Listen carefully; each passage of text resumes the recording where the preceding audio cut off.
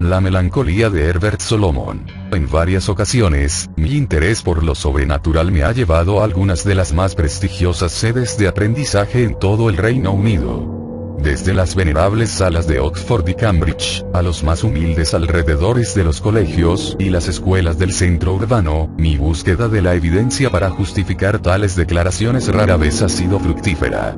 Sin embargo, mientras que la exploración de la Universidad de St. Andrews en Escocia, encontré un tomo bastante interesante escondido en una esquina oscura y húmeda de la biblioteca del campus.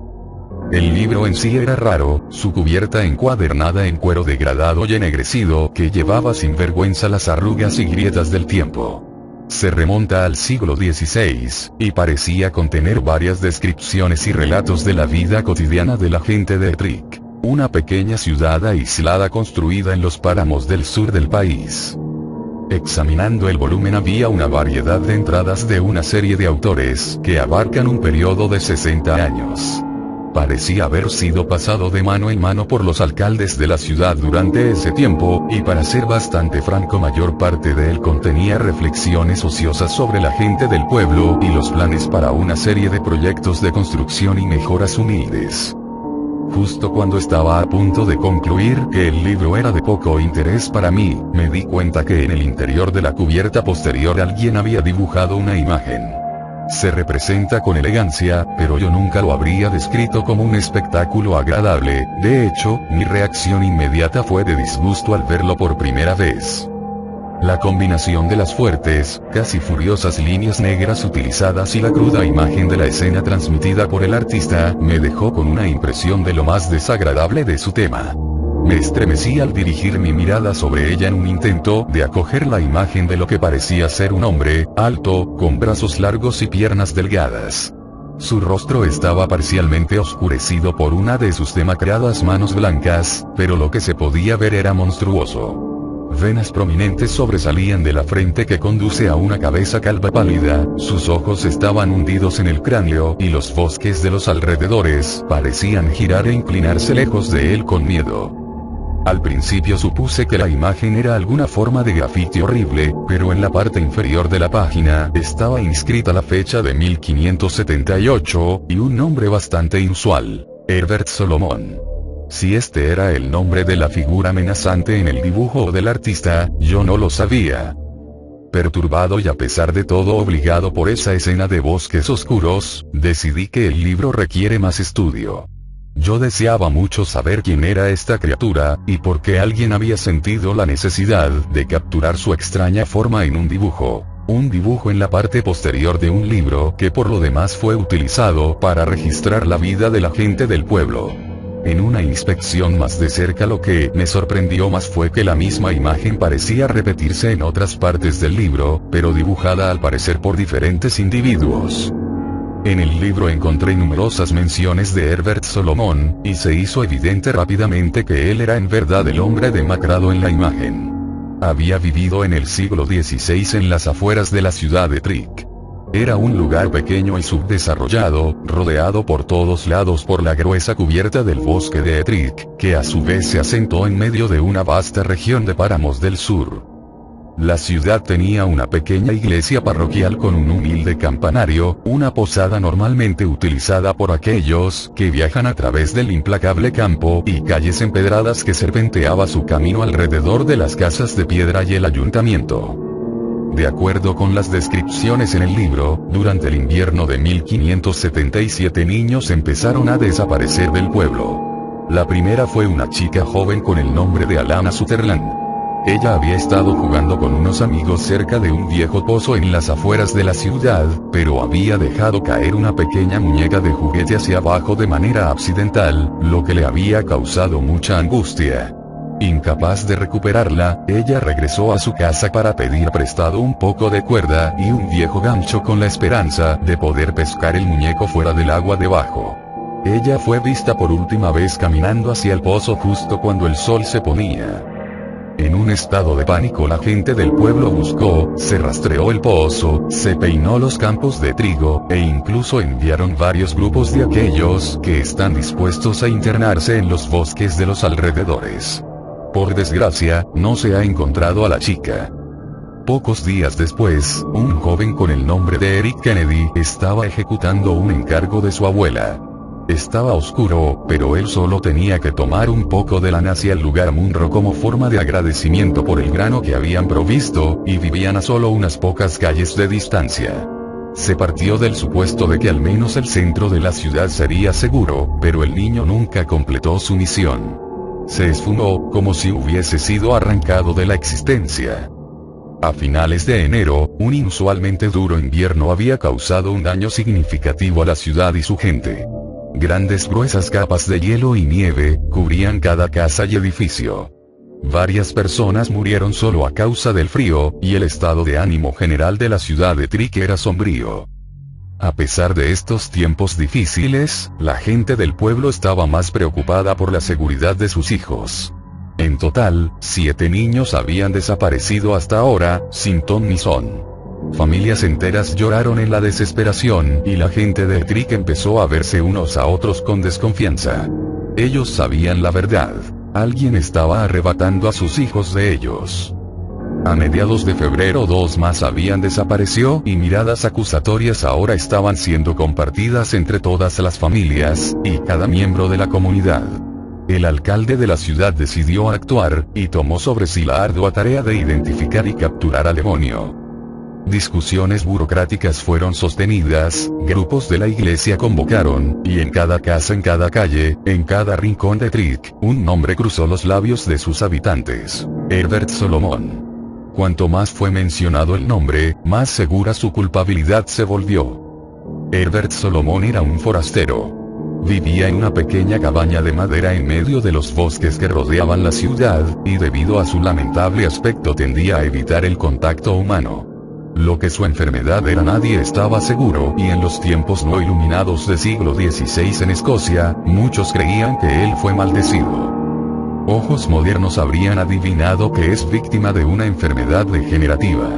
Rara vez se aventuró en la ciudad, excepto en algunas ocasiones para el comercio de suministros, e incluso en esos casos se cubrió el rostro con un sombrero manchado de color marrón, y un pedazo de tela de color gris, que oculta su rostro por debajo de 2 hundidos y oscuros ojos. Varios de los habitantes del pueblo contaban historias de Herbert Solomon. De acuerdo con estos reportes, él se paraba en el borde del bosque, observando a los campesinos hasta sus tierras, y a sus hijos jugar en los campos. Era su fascinación por los niños lo que dejó a muchos una incómoda sensación. Algunos de los niños del pueblo volvieron a casa de jugar cerca de los bosques en varias ocasiones con muñecas y juguetes de excelente manufactura. Fueron un regalo de Herbert Solomon, y al ser niños inocentes, no podrían conocer los peligros en el mismo. Cuando los niños empezaron a desaparecer, los ojos de inmediato se volvieron hacia el extraño hombre que vive en el bosque. Las acusaciones fueron realizadas por los susurros de los temerosos padres, y como los susurros aumentaron en número, también lo hicieron en su volumen, hasta que se decidió que Herbert Solomon debía ser detenido. En una noche fría de febrero, los ancianos de la ciudad decretaron que Solomon debía ser detenido inmediatamente. Dolor, ira, resentimiento y miedo crecieron hasta un punto álgido con esta noticia, y cada hombre, mujer y niño salió a través de los campos, entrando en el bosque de los alrededores en busca del asesino de niños Herbert Solomon. Los detalles de lo que ocurrió exactamente esa noche son limitados, pero parece como si la gente de la ciudad de Trick intentara eliminar a Herbert de su pequeña cabaña prendiéndole fuego. Las multitudes aplaudieron cuando el calor aumentó y el fuego se levantó. Sus gritos resonaban por todo el bosque, para finalmente ser silenciados por las llamas.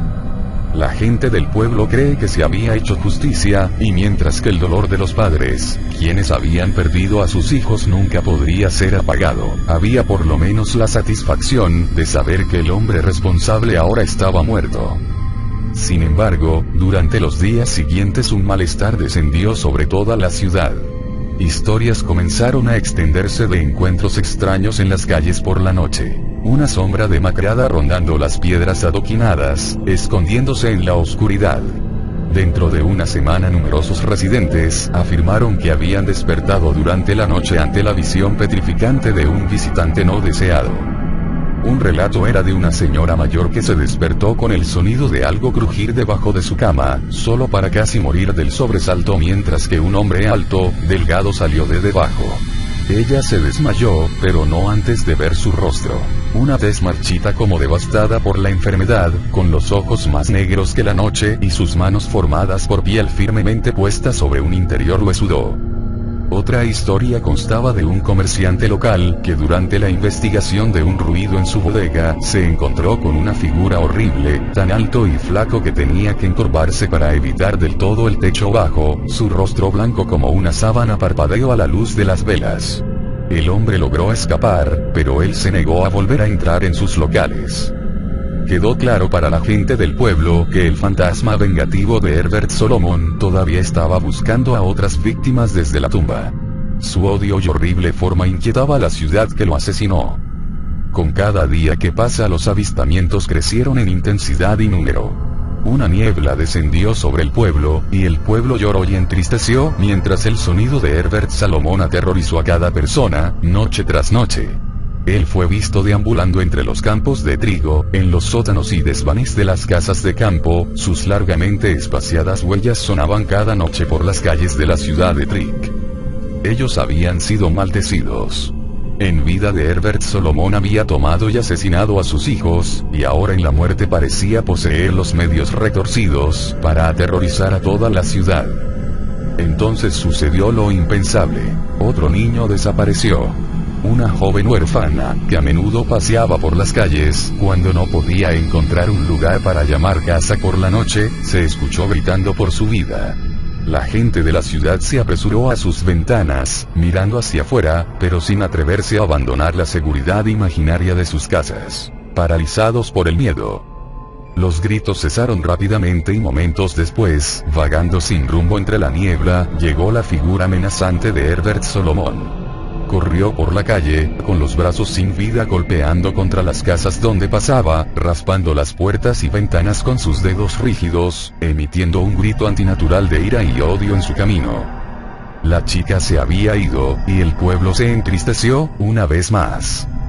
En los días procedentes la niebla se tornaba más densa y con ella llegó la mala noticia de 2 niños más llevados. Una de una chica a la que después de tener una pelea furiosa con su familia, salió de la casa para no ser vista de nuevo.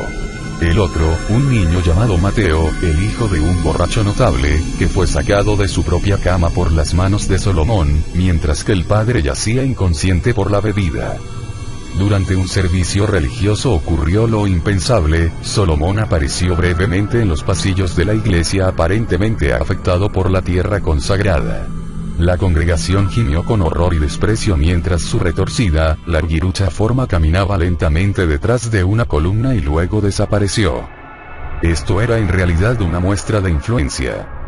La esperanza casi se perdió. Ni siquiera un lugar de culto lo podía rechazar, y ahora era capaz de entrar en cualquier casa por la noche y luego tomar lo que sea, o a quien él quisiera. La ciudad tenía que actuar, o abandonar el lugar por completo, pero no había ninguna garantía de que la maldición de Solomon no los seguiría. Al párroco local, un hombre con el nombre de Mackenzie, se le pidió por la gente de Trick utilizar cualquier poder sagrado del cual dispusiera. En un intento de destruir o desterrar al espíritu de Solomon, se proporcionó un plan. El vicario y unos pocos individuos escogidos armados con antorchas, espadas que habían sido bendecidas, y frascos de agua bendita, tomarían guardia sobre la ciudad a la espera de la maldita figura de ese asesino de niños para mostrar su cara una vez más. Entonces le enfrentarían. Observando la mayor cantidad posible de la ciudad desde varias ventanas de casas, techos y esquinas estratégicas, los elegidos de Mackenzie esperaron. No obstante, no tuvieron que esperar mucho tiempo. Esa noche la solitaria figura de Herbert Solomon apareció entre la niebla, caminando por las calles de Trick a propósito. Gritos y gritos sonaron mientras las personas alertaron entre sí que Solomon había regresado. Las familias mantenían a sus hijos cerca, mientras que pensamientos oscuros consumieron la ciudad. Por favor, perdona a mi hijo, toma otro. Mackenzie fue el primero en enfrentarse a él. Su voluntad se vio sacudida por la vista de la cara pálida espantosa de Solomon, podrido y devastado. La figura larguiruchamente desgarbada se quedó mirando fijamente al vicario a través de negros ojos nublados. Otro hombre se unió, luego otro. Después de poco tiempo Herbert Solomon fue rodeado. Mackenzie instruyó a los hombres para cerrar lentamente el círculo, alzando sus espadas con una mano mientras blandían antorchas encendidas con la otra. El temor se apoderó de ellos, pero sabía que esta podría ser su única oportunidad. Mackenzie lanzó un frasco a los pies de Solomon, y al pronunciar un salmo cristiano, otro hombre golpeó con su antorcha. El golpe crujió mientras el brazo, cubierto de tela de Solomon, se incendió. Vítores sonaron de la gente del pueblo, que observaban desde arriba de sus hogares, pero el hombre se había alejado demasiado, proporcionando un hueco en el círculo que Solomon reclamó con un propósito. Él huyó. Sus piernas alargadas y agitados brazos proyectaban sombras como de araña en las paredes y las calles empedradas al pasar. La gente de la ciudad se dio a la persecución, tras la figura patética, mientras que franqueaba las esquinas de cada calle, carril, y un patio, en un intento de escapar de su ira. El ruido alertó a la ciudad. Herbert Solomon está tratando de huir. De todos los hogares a través de la ciudad, las personas salieron de sus casas, llevando todo lo posible a forma de arma improvisada. Se inundaron las calles y corrieron hacia las protestas, vociferaciones y gritos de los perseguidores de Solomon. Con cada vuelta de la esquina de una calle empedrada, Solomon se estaba quedando sin lugares donde esconderse. Por último, mientras se tambaleaba por la calle principal del pueblo, se detuvo. La gente del pueblo había bloqueado todas las rutas de escape. Estaba atrapado. Mackenzie se abrió paso hacia el frente de la multitud, pidiendo tranquilidad y calma mientras se acercaba a la derrotada encorvada figura de Herbert Solomon. Él y sus elegidos iban a librar a la ciudad de Ettrick de esta abominación de una vez por todas. Frasco en mano, acompañado de varios hombres grandes blandiendo espadas, Mackenzie se acercó lentamente a recitar versículos de la Biblia. A través de los ojos oscuros Herbert Solomon observa a la gente del pueblo, con sus rostros grabados con odio y deseos de venganza, avanzando hacia él y luego, simplemente se dio la vuelta y entró en una puerta abierta a su lado. Las personas se quedaron sin aliento y Mackenzie y sus seguidores se apresuraron tras de él. La casa en la que habían entrado estaba en silencio, y acostado en el piso de madera dura del pasillo principal, estaba el pálido cuerpo de una joven. El crujido de tablas bajo el peso sonó mientras que numerosos perseguidores registraron la casa, decepcionados de no encontrar nada. Entonces ocurrió algo milagroso, la niña jadeó para obtener aire, estaba viva. Ella tenía poca o ninguna fuerza, lo único que podía hacer era pronunciar una palabra: abajo. En el sótano de la casa Mackenzie encontró una escena sombría y horrible. El suelo estaba cubierto de sangre y el cuerpo del todo muerto de un hombre yacía boca abajo sobre ella. Encadenados a las paredes de ese lugar oscuro estaban los niños que habían sido robados. Ellos estaban parcialmente drogados, desnutridos y traumatizados, pero estaban vivos. El pueblo se regocijó con la noticia, las familias se reunieron, vidas fueron reparadas. La bruma de un invierno sombrío y horrible se levantó lentamente y todo parecía estar bien. Al recuperar su fuerza, los niños contaron lo que les había sucedido. Cada uno de ellos había sido llevado por un hombre llamado Tom Sutherland. Él era el padre de la primera niña que había desaparecido y parecía que había sido él quien la había matado. Nadie sabía ciencia cierta, pero muchos eran conscientes de su mal carácter y en más de una ocasión había golpeado a la pobre Alana. Consumido por la culpa y la pérdida, Sutherland comenzó a tomar los niños a punta de cuchillo y encerrarlos en su sótano. A menudo los drogaba con una hierba local y de vez en cuando los golpeaba mientras patéticamente lloraban la autocompasión. El día en que se encontraron los niños, Sutherland entró en el sótano borracho, llevando un cuchillo y una cuerda. Empezó golpeando a los niños, una vez más, y les dijo que uno podría morir ese día. Desató a una de las niñas y la inmovilizó en el suelo entre las rodillas. El cuchillo se cernía sobre su cuello, pero justo cuando estaba a punto de hundir la hoja en ella, alguien entró en la casa. Sutherland se levantó con una ira feroz, pero quienquiera que estuviera de pie en la parte superior de la escalera, encendió tal miedo en él que regresó rápidamente de nuevo al sótano. Agachándose bajo la puerta estaba la alta figura llena de cicatrices de Herbert Solomon. A la vista de él, y ahora estando libre, la niña se arrastró rápidamente entre las largas piernas de Herbert. Era libre, pero estaba demasiado débil para correr. Ella se desmayó antes de que pudiera escapar de la casa. Los detalles de lo que pasó con Tom Sutherland se enturbiaron por la condición inestable, semiconsciente de los testigos. Pero estaba claro que su cuello estaba roto, la cabeza torcida con tal fuerza que se enfrentaba a una dirección opuesta antinatural. Había varios relatos de posteriores avistamientos de Herbert Solomon, y algunos de los niños afirmaron encontrar muñecas y juguetes de excelente manufactura. En ocasiones se siente en el borde del bosque, pero por supuesto esto no pudo ser comprobado. De hecho, yo habría dicho que toda la historia no podía ser justificada, si no fuera por los acontecimientos que viví varios meses después de leer ese viejo libro, en las profundidades de la Universidad de St. Andrews. Un colega y buen amigo mío me invitó a quedarme en casa de su familia durante unos días en el campo. Yo sabía que la casa estaba en la frontera, a no más de media hora en coche de Ettrick, y no podía perder la oportunidad de dar una mirada más cercana a la zona. Yo había logrado convencer a las personas a cargo, permitirme tomar el libro de St. Andrews y mostrarlo a mi amigo. Él tenía un interés particular y un conocimiento no insignificante de la historia de la zona. Pensé que tal vez podría arrojar luz sobre esta curiosa historia. Su familia era muy amable conmigo, y la casa y sus jardines eran serenos bajo el sol del verano, con los niños jugando en los campos, disfrutando de un tiempo despreocupado y feliz. Después de leer el libro, él me dijo que era fascinante, y que él sabía de un poema local, que había sido escrito en el siglo XVII acerca de un hombre llamado Solomón que mató niños, pero él no podía decirme nada más. Al día siguiente nos enteramos de gritos procedentes de las inmediaciones de la casa. Era la pequeña niña de mi amigo. Corrimos afuera. Seguimos los gritos de auxilio por encima de una vieja valla, y por una colina empinada cubierta de hierba, llegamos a un río sinuoso y furioso. La niña se había caído y se había aferrado a la raíz de un árbol grande, que sobresalía de la orilla opuesta en el agua. La raíz estaba mojada y mi amigo dejó escapar un grito de angustia, cuando su hija perdió su agarre, siendo arrastrada por la corriente hacia una gran formación de enormes rocas afiladas que sobresalía de debajo de la superficie. El río no la soltaba y fue lanzada a su alrededor con tal fuerza que era difícil ver cómo podría sobrevivir. Llenos de un despreciable terror de que se podía ahogar, por fin llegamos a la orilla del agua.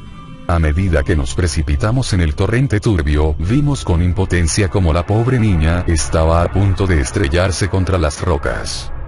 Estábamos demasiado lejos. De repente, nuestra atención fue arrebatada por las grietas y crujidos de una figura alta y delgada en el otro lado del río, apresurándose hacia afuera del bosque a una velocidad tremenda en la orilla opuesta.